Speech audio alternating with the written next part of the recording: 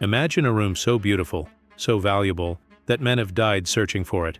A chamber made entirely of glowing amber panels, lined with gold, mirrors, and jewels, worth $500 million today. It was called the eighth wonder of the world. And then one day it simply disappeared. No trace, no clues, just silence.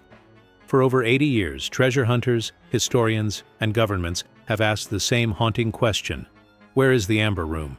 To understand what was lost, you have to go back to a time when kings built monuments not just to power, but to beauty itself. The year was 1701. The place, Prussia, a kingdom that no longer exists, swallowed by the tides of history.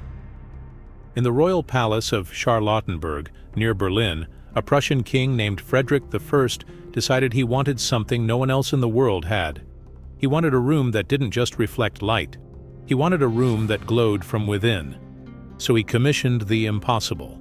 He ordered craftsmen to create wall panels made entirely from amber.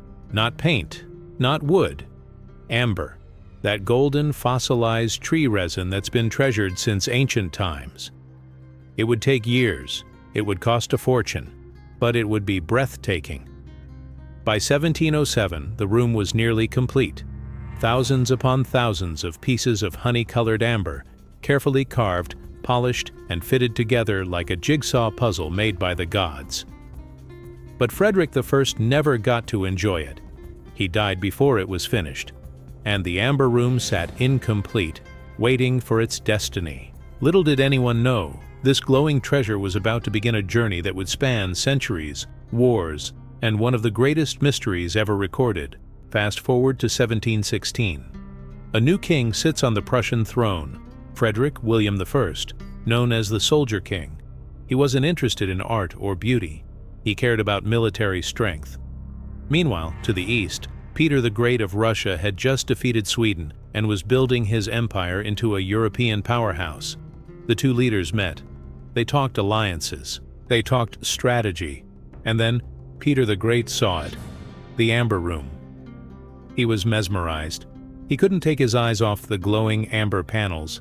He didn't ask for it outright, but Frederick William understood the language of diplomacy. If you want an alliance with Russia, you give the Tsar what he wants. So in 1716, the Amber Room was packed up crate by crate and shipped over 1,000 miles to St. Petersburg, Russia. It was a gift, a gesture of friendship, a token between empires. But it was more than that. It was the beginning of a legend. When the Amber Room arrived in Russia, it was installed in the Winter Palace. But Peter's daughter, Empress Elizabeth, had bigger plans. In 1755, she moved it to the Catherine Palace just outside St. Petersburg in a town called Tsarskoye Selo, and that's where the magic truly happened. Italian architect Bartolomeo Rastrelli expanded it. He added more amber panels, mirrors, gold leaf, mosaics, precious stones. The room grew from about 180 square feet to over 590 square feet. It became a shimmering, glowing hall of wonder. Visitors described walking into the Amber Room as stepping into a sunset, frozen in time. The amber seemed alive. It shifted colors depending on the light: deep orange, golden yellow, fiery red. Candles made it flicker like fire trapped in glass. It was intoxicating, hypnotic, worth a fortune even then. And by today's standards, experts estimate its value at over $500 million. But you can't really put a price on something that no longer exists. Because in 1941, everything changed. June 22nd, 1941. Operation Barbarossa. Nazi Germany launched the largest invasion in human history, storming into the Soviet Union with over 3 million troops. Hitler's armies swept across the land like a plague, and by September, they had reached Leningrad, modern-day St. Petersburg. And just outside the city stood the Catherine Palace. Inside it, the Amber Room. The Soviets knew the Nazis were coming. They tried to save everything they could. Paintings were removed. Statues were hidden. But the Amber Room, that was a problem. Amber is fragile. It cracks. It crumbles. After more than 2 centuries, the panels were delicate, almost brittle. The curators tried to dismantle it. They tried to pack it, but the amber began to fracture. They were terrified of destroying it themselves, so they made a desperate choice. They covered the amber panels with wallpaper, plain, simple wallpaper. They hoped the Nazis wouldn't notice. It didn't work. When the German forces stormed the Catherine Palace in October 1941, they knew exactly what they were looking for. The Nazis had records, they had photographs, they had studied the Amber Room for years, and leading the charge was a special art looting unit called the Kunstschutz, overseen by none other than Alfred Rosenberg, Hitler's chief ideologist. To the Nazis, the Amber Room wasn't Russian, it was German. It had been made in Prussia, and now they were taking it back. Within 36 hours, a team of soldiers and experts carefully dismantled the entire room. Every panel, every piece. They packed it all into 27 crates and loaded them onto trains heading west. Destination: Königsberg, a German city on the Baltic Sea. Today it's called Kaliningrad, and it belongs to Russia. But back then it was the heart of East Prussia. The Amber Room was reassembled inside Königsberg Castle, put on display in a special museum wing. For 3 years, Nazi officials and select visitors marveled at the stolen treasure. But by 1944, the war was turning. The Soviets were advancing. Allied bombs were raining down on German cities. And Königsberg was in the crosshairs. In August 1944, British bombers hit the city. Witnesses reported that parts of Königsberg Castle were damaged.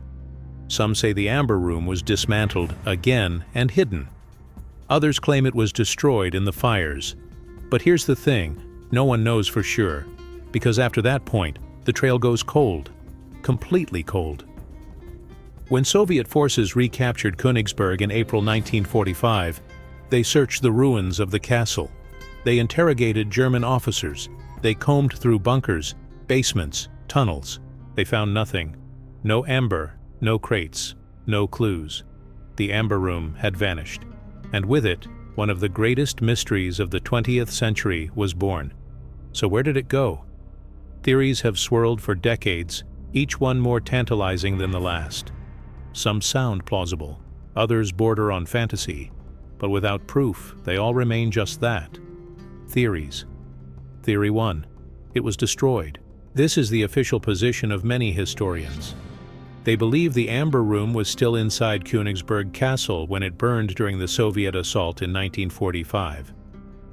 Amber is flammable. If the room was caught in the fire, it would have melted, burned, turned to ash. No evidence because there's nothing left to find. It's a tragic explanation, simple, final, but many refuse to accept it. Theory 2. It was hidden in a secret bunker. In 1997, a German art detective named Georg Stein claimed he'd found evidence that the Amber Room was hidden in an underground chamber beneath Königsberg. He said he had documents, eyewitness accounts, even ground-penetrating radar data. He was preparing an expedition. But before he could launch it, Stein died under mysterious circumstances. He was found dead in a forest, his body showing signs of what authorities called unexplained trauma. The case was never fully resolved. Coincidence? Maybe. Or maybe someone didn't want him to dig any deeper. Theory 3. It's at the bottom of the Baltic Sea. Some believe the Amber Room was loaded onto a German ship trying to escape the Soviet advance in early 1945. Thousands of refugees and Nazi officials fled Königsberg by sea, and many ships were sunk by Soviet submarines or bombs.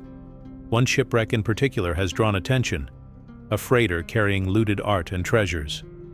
Divers have explored it, but nothing conclusive has been found.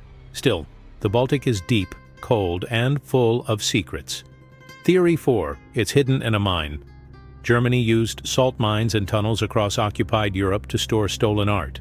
The famous monuments men recovered thousands of pieces from places like Altötting in Austria and Merkers in Germany. Could the Amber Room be tucked away in some forgotten shaft, sealed off and lost to time? Treasure hunters think so. Over the years, dozens of expeditions have explored abandoned mines in Poland, Germany, and the Czech Republic. A few claim to find evidence, none have delivered proof. And then there are the stranger theories, that it was smuggled to South America with fleeing Nazis, that it's buried in a forest in Poland, that Soviet soldiers found it and hid it to sell on the black market, that a wealthy private collector has it locked away in a vault, unwilling to reveal the truth. But here's what we do know. Small pieces have surfaced. In 1997, German police raided the home of a man whose father had been a German soldier during the war. Inside, they found a mosaic panel from the Amber Room. It was authenticated, real, but the man claimed his father had taken it as a souvenir, and he had no idea where the rest was. It proved the Amber Room had survived at least until 1945. But beyond that, silence. In 2004, two Russian investigative journalists announced they were close to finding the Amber Room. They said they had new leads, new witnesses. Both died within months under suspicious circumstances. One in a car accident, another from unknown causes. Again, officials called it coincidence. Again, people wondered. The mystery deepened with every dead end. Every promising lead turned cold. Every treasure hunter who came close either found nothing or didn't live to tell the tale. It's as if the Amber Room doesn't want to be found, or someone doesn't want it found. But maybe the real question isn't where the Amber Room is. Maybe it's what the Amber Room represents. Think about it. This wasn't just art. It was a symbol of beauty, of human achievement, of what we can create when we push the boundaries of craftsmanship and imagination. And it was stolen, torn from its home, lost in the chaos of war. The Amber Room reminds us that war doesn't just take lives, it takes culture. It erases history, it destroys things that can never be replaced. The Nazis looted an estimated 650,000 works of art during World War II. Some were recovered, many were not. And every missing piece is a wound in our collective memory. For the Russian people, the loss of the Amber Room is personal. It had been theirs for over 2 centuries. Generations of families visited it. Lovers proposed in front of it. Children stood in awe beneath its glowing walls. And then it was ripped away. The Soviet Union spent decades searching for it, pouring resources into investigations, interrogations, excavations. It became a matter of national pride, a symbol of what was stolen and what must be returned. But there's something else, too, something deeper. The Amber Room is a reminder that some things are fragile, that beauty, no matter how grand, can disappear in an instant. Amber itself is ancient, tree resin that took millions of years to form, preserved in the earth like a message from the past. And humans took that ancient material and turned it into art. But art, like empires, like life itself, is temporary. Even the greatest wonders can be lost. And maybe that's why we're still searching. Because finding the Amber Room wouldn't just be about recovering a treasure. It would be about proving that not everything is lost. That some things can be saved. That, even after war, destruction, and decades of silence, beauty can return. In 1979, the Soviet government decided that if they couldn't find the original, they would rebuild it. They launched the most ambitious art restoration project in history. Using old black and white photographs, written descriptions, and the few fragments that remained, a team of master craftsmen began recreating the Amber Room from scratch. It took 24 years. 6 tons of amber, $11 million. Donations from Germany helped fund it, a gesture of reconciliation. In 2003, on the 300th anniversary of St. Petersburg, the reconstructed Amber Room was unveiled. It stands today in the Catherine Palace, glowing just as it did centuries ago. Visitors from around the world walk through it, mesmerized, just like Peter the Great once was. And for a moment it feels like the original never left. But it's not the same. It's a copy, a beautiful, painstaking copy. The original is still out there, or it was, somewhere in the ashes of Königsberg, or buried in a bunker, or resting at the bottom of the sea. The real Amber Room waits, silent, hidden, lost. So here we are, more than 80 years later, still asking the same question. Where is the Amber Room? Was it destroyed in the fires of 1945, reduced to nothing but smoke and memory? Or is it still intact, hidden in some forgotten corner of the earth, waiting for the right person to find it? Every few years, someone claims they've found a new lead. Ground-penetrating radar detects something unusual. A witness comes forward with a deathbed confession. An old letter surfaces in an archive. And every time the world holds its breath. Could this be it? Could this finally be the moment? But the Amber Room keeps its secrets. And maybe, just maybe, that's how it should be. Because some mysteries aren't meant to be solved. Some treasures are more powerful lost than found. The search for the Amber Room has inspired books, documentaries, expeditions, dreams. It's kept the story alive.